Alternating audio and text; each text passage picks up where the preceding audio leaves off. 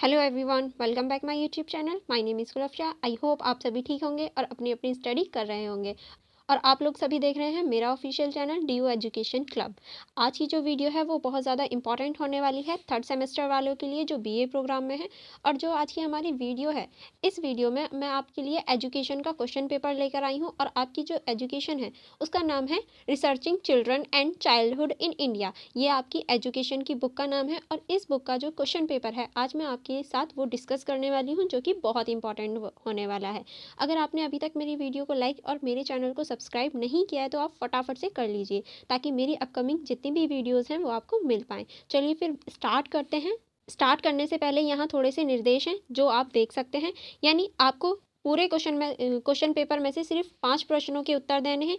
सभी प्रश्नों के अंक जो हैं वो समान हैं और आप सभी इन प्रश्नों के उत्तर हिंदी या इंग्लिश दोनों लैंग्वेजों में से किसी एक में दे सकते हैं। यानी अगर आप हिंदी में देते हो तो आपको पूरा पेपर हिंदी में सॉल्व करना होगा और अगर आप इंग्लिश में देते हो तो आपका पूरा पेपर इंग्लिश में सॉल्व करना होगा। ओके, चलिए फिर स्टार्ट करते हैं क्वेश्चन नंबर 1 से।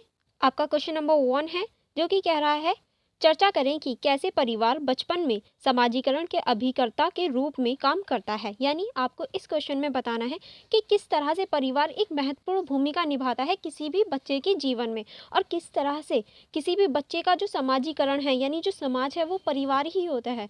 क्योंकि जो बच्चा है वो अपने घर से कभी बाहर नहीं जाता या फिर उसे समाज की नॉलेज नहीं होती, तो उसके लिए पूरा समाज या पूरी दुनिया जो होती है उसका परिवार ही होता है।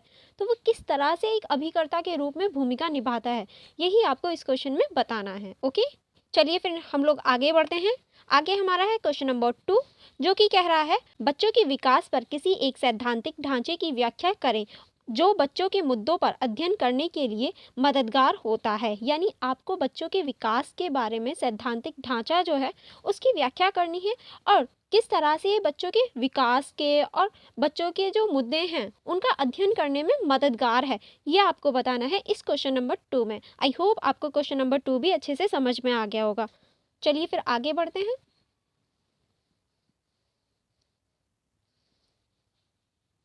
नेक्स्ट है हमारा क्वेश्चन नंबर 3 जो है, जाति किस तरह से एक कारक के रूप में काम करती है जिससे भारत के एक अधिकार बचपन निर्मित होता है। यानी जाति जो है वो किस तरह से एक कारक के रूप में कार्य करती है जिससे भारत जैसे देश में एक अधिकार बचपन निर्मित होता है। यानी किस तरह से जाति बचपन को भी इफेक्ट करती है, आपको इस क्वेश्चन में यही बताना है। ओके, चलिए फिर आगे बढ़ते हैं।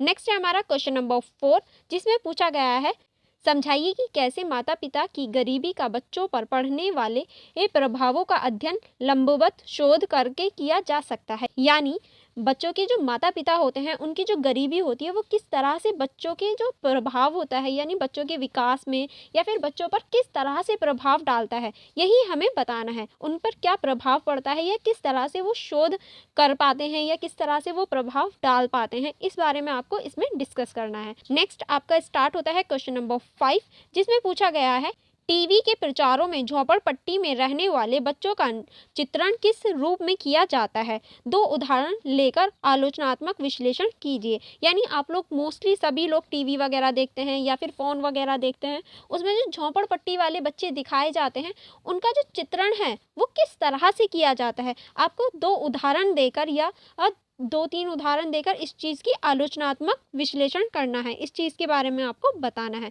आई होप आपको क्वेश्चन नंबर 5 भी अच्छे से समझ में आ गया होगा।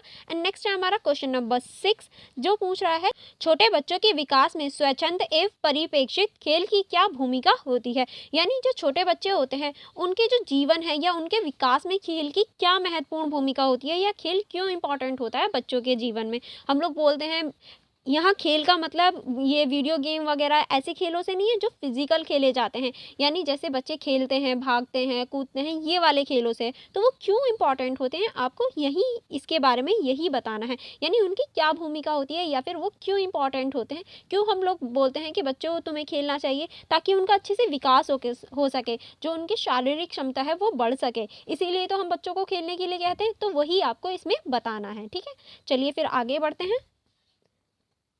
आगे है क्वेश्चन नंबर 7 जो कि पूछ रहा है आर्थिक कारण कैसे बचपन की अंतरीय समझ को आकार देते हैं, चर्चा कीजिए। यानी जो हमारे आर्थिक कारण होते हैं वो किस तरह से बचपन को एक तरह से आकार देते हैं, वो किस तरह से आकार देते हैं वही आपको बताना है।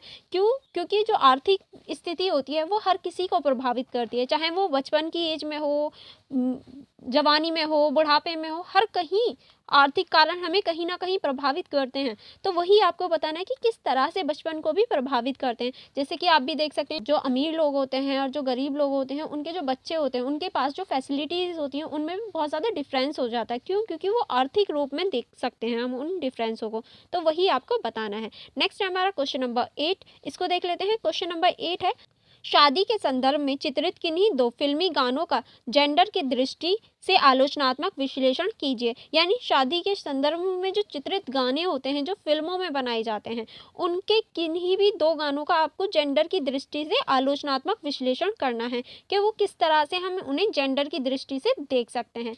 एंड यहाँ आपका पूरा क्वेश्चन पेपर फिनिश हो जाता है। आई होप आप सभी को ये पूरा क्वेश्चन पेपर समझ में आ गया होगा। अगर आप में से किसी को भी डाउट हो तो आप फटाफट से मुझे कमेंट बॉक्स में बता दीजिए, मैं ज़रूर आंसर दूंगी। Okay, for more videos you can join my Telegram group and my Instagram ID. आप इनमें से किसी पे भी ज्वाइन कर सकते हैं for more videos and for more connectivity. Okay, and आपका पेपर कैसा रहा आप मुझे ये भी बताइएगा। Okay, for more videos you can subscribe my channel. Thank you for watching everyone.